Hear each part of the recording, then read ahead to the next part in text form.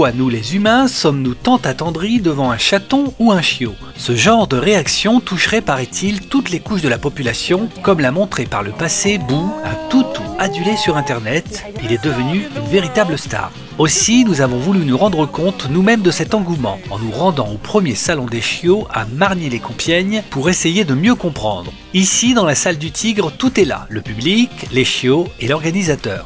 Présenter au public une diversité qu'ils ne pourront pas trouver en allant chez un seul éleveur. Donc là, je leur amène directement les éleveurs. Les éleveurs, en fin de compte, je les fais venir directement aux portes des clients. La caméra en mode toutou, nous avons arpenté les allées du salon pour juger de ce phénomène. Ils sont trop craquants, ils sont tellement mignons. Effectivement, il faut l'avouer, on est profondément attendri devant ces jolies peluches. Leurs grands yeux, leurs visages ronds nous font craquer. C'est souvent l'occasion pour les visiteurs d'inventer de nouveaux mots. La mignonnerie surtout.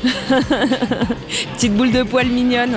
J'aime quand ils jouent, j'aime quand ils sautent et j'aime quand on les touche.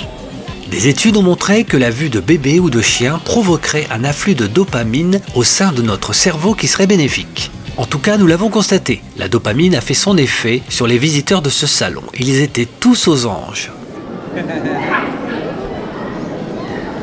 Les enfants font d'ailleurs souvent les yeux doux aux parents pour les décider à leur acheter un toutou.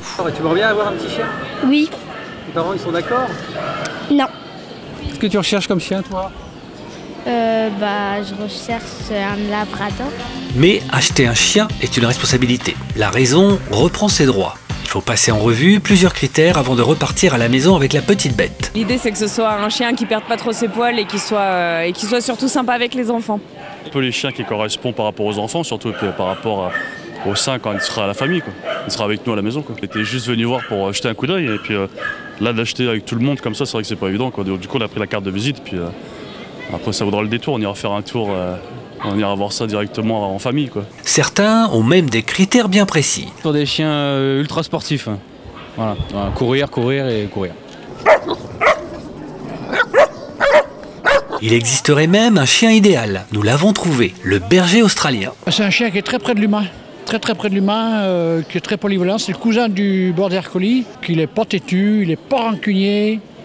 Il court pas, il bave pas, très polyvalent, craint pas la chaleur, ça craint pas le froid.